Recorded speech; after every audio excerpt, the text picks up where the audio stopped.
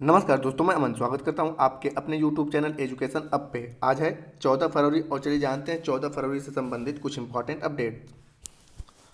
तो आज का पहला अपडेट है वर्ल्ड बैंक ने भूकंप प्रभावित तुर्की के लिए कितने अरब डॉलर की सहायता की घोषणा की है। ऑप्शन ए 1.50 अरब डॉलर, ऑप्शन बी है 1.20 अरब डॉलर, ऑप्शन सी है 1.78 अरब डॉलर और ऑप्शन डी है 2 अरब डॉलर। तो जानते हैं विश्व बैंक ने भूकंप प्रभावित तुर्की के लिए राहता और बहाली के प्रयासों में मदद के लिए 1.78 अरब डॉलर की सहायता की घोषणा की है। भूकंप से दक्षिण पूर्वी तुर्की और उसके आसपास के इलाके में बड़े पैमाने पर नुकसान हुआ है। विश्व बैंक ने दुनिया भर से आपदा जोखिम प्रबंधन में अपने व्यापक अनुभव के आधार पर आपदा की भयावहता पर अनुमान लगाना और प्राथमिकता वाले क्षेत्रों की पहचान के लिए एक त्वरित क्षति मूल्यांकन भी शुरू किया है। तुर्कियों को आकस्मिक आपातकालीन प्रतिक्रिया घटकों के माध्यम से 780 मिलियन डॉलर की तत्काल सहायता की पेशकश की गई है। भारत भी ऑपरेशन दोस्त के तहत तुर्की की मदद कर रहा है। जहाँ पूछा गया है कि तुर्की में आए भूकंप की सहायता के लिए विश्व बैंक ने कितने अरब डॉलर की सहायता की है, तो 1.78 डॉलर। और भारत जो है वो जो ऑपरेशन चला रहा है तो उसके बारे में पूछा जा सकता है। तो यहाँ पे जो ऑपरेशन वहाँ पे सहायता के लिए चला रहा है भारत, उसका नाम है ऑपरेशन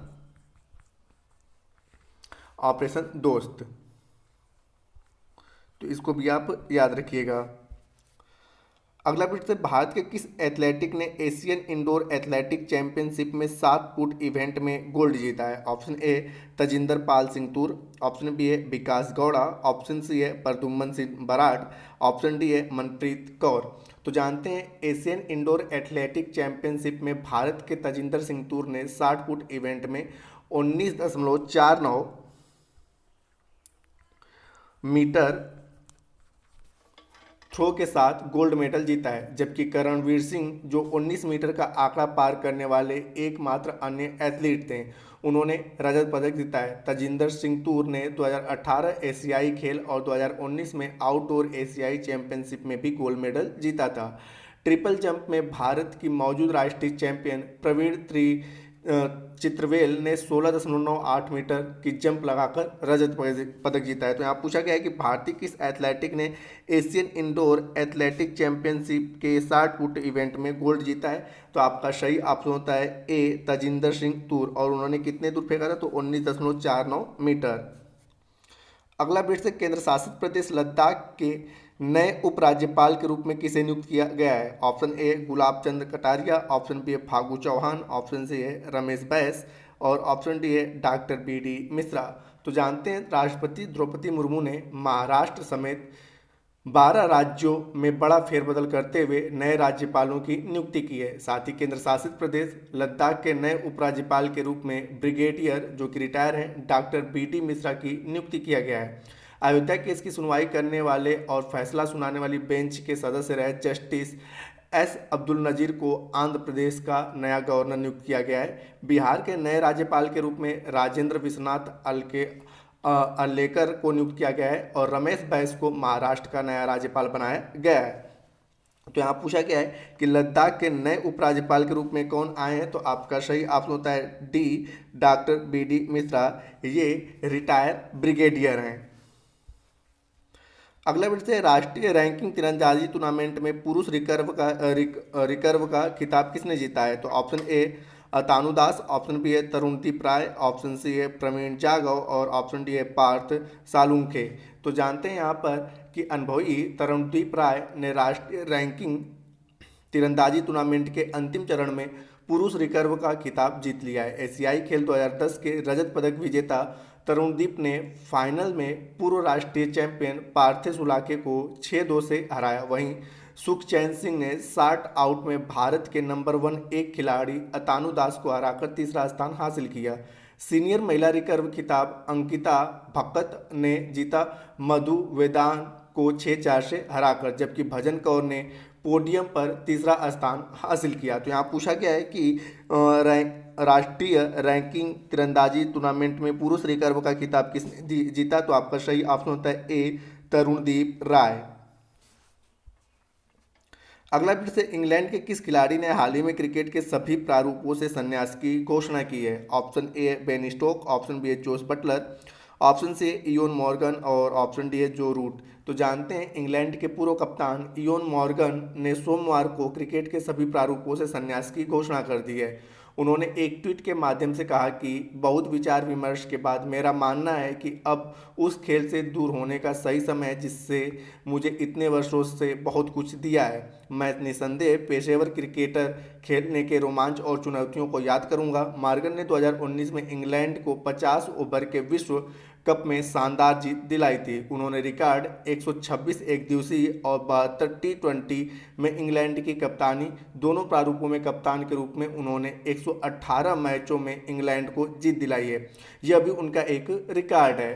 तो यहाँ पे पूछा गया है कि इंग्लैंड के किस खिलाड़ी ने हाल ही में सभी प्रारूपों से संन्यास की घोषणा की है? तो आपका सही ऑप्शन होता है सी, इयोन मॉर्गन। अगला प्रश्न है, पहले विमेंस प्रीमियर लीग के ऑक्शन में भारत की स्टार बल्लेबाज स्मृति मंदाना को किस टीम ने खरीदा है?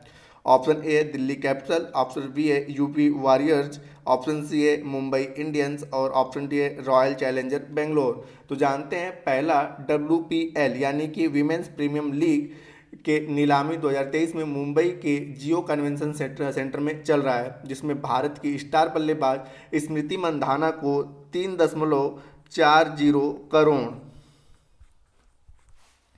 में रॉयल चैलेंजर बेंगलोर ने खरीदा है। वहीं भारतीय टीम की कप्तान हरमनप्रीत कौर को मुंबई ने 1.80 करोड़ रुपए में खरीदा है। महिला प्रीमियर लीग का पहला सीजन 4 से 26 मार्च 2023 तक मुंबई में खेला जाएगा, जिसमें कुल 22 मैच खेले जाएंगे। इस मैच का आयोजन ब्रेबॉर्न स्टेडियम और डीवाई स्टेडियम में किया जाएगा। फाइनल मुकाबला 26 मार्च को खेला जाएगा। तो यहाँ पूछा गया है कि पहले विमेंस प्रीमियम लीग के ऑक्शन में भारत के स्टार बल्लेबाज स्मृति मंदाना को किस टीम ने खरीदा? तो यहाँ पे सही ऑप्शन होता है डी, रॉयल चैलेंजर बेंगलोर। और कितने में उन्होंने खरीदा था? 3.40 करोड़। और यह विमेन प्रीमियम लीग की सबसे महंगा महिला खिलाड़ी हो गई हैं। ठीक है, आज का अंतिम अपडेट है कि प्रधानमंत्री मोदी ने एशिया के सबसे बड़े एयर शो इंडिया 2023 का उद्घाटन किया। इसका थीम क्या है? Option A the runway to billion opportunities, option B है air show for billion opportunities, option C है the runway of Aatmanirbhar Bharat और ऑप्शन डी है trade expo and defence expo show. तो जानते हैं प्रधानमंत्री नरेंद्र मोदी ने बेंगलुरु में एशिया के सबसे बड़े एयर शो इंडिया 2023 के 14वें संस्करण का भव्य उद्घाटन किया। भारतीय वायुसेना प्रमुख air chief marshal VR Chaudhari ने मेगा एयर शो के उद्घाटन समारोह में फ्लाई पास्ट के दौरान गुरुकुल गठन का नेतृत्व किया। इस मेगा शो में 731 एग्जीबिटर्स भाग ले रहे हैं, जिसमें 633 डोमेस्टिक और 98 इंटरनेशनल लेवल के प्रधानमंत्री कार्यालय के हैं। और प्रधानमंत्री कार्यालय के अनुसार एयर शो 2023 का theme the runway to a billion opportunity है। इस मेगा एयर शो इंडिया 2023 में 80 से अधिक देश भाग ले रहे हैं। तो यहाँ पे पूछा गया है कि एयर शो 2023 का उद्घाटन प्रधानमंत्री के द्वारा किया गया। इसका थीम क्या है? तो इसका थीम है the runway to a billion opportunities. और इसमें अगर फ्लाइट्स की बात की जाए तो यहाँ पे 633 डोमेस्टिक फ्लाइट्स हैं और 98 इंटरनेशनल लेवल के हैं। और साथ ही साथ इस एयर शो में कितने देश भाग ले रहे हैं? तो देश की अगर बात की है तो इसमें कुल देशों की संख्या है 80 देश इसमें भाग ले रहे हैं। तो दोस्तों ये रहे आपके आज के करंट अफेयर्स के अपडेट्स। अब समय है आज के पिछले सेशन में पूछे गए क्वेश्चन का आंसर देने का। तो पिछले सेशन में आपसे पूछा गया था कि भारत का पहला 5G सक्षम ड्रोन का नाम क्या है? तो इसका सही उत्तर था स्काई हॉक। Sky hoc. तो जिन्होंने भी सही उत्तर दिया उनके लिए बधाई। अब समय है आज के क्वेश्चन का। तो आज का क्वेश्चन है कि स्मृति मंदाना को कितने करोड़ में नीलाम किया गया WPL के लिए?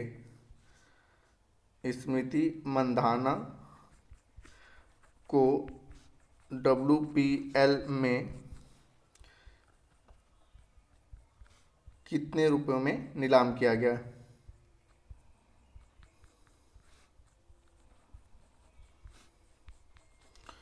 तो आप इसका आंसर हमें कमेंट बॉक्स में दे सकते हैं, आपके कमेंट का हमें इंतजार रहेगा। तो दोस्तों वीडियो पसंद आया हो तो वीडियो को लाइक करें, कमेंट करें तथा अपने दोस्तों के साथ शेयर करें, और चैनल पर नए हो तो चैनल को सब्सक्राइब अवश्य करें। एवं इस पीडीएफ को प्राप्त करने के लिए आप हमारे टेलीग्राम से जुड़ सकते हैं, जिसका लिंक वीडियो के डिस्क्रिप्शन में दिया हुआ है। तो वीडियो के अंत तक बने रहने के लिए धन्यवाद। मिलते हैं जल्दी नेक्स्ट वीडियो में।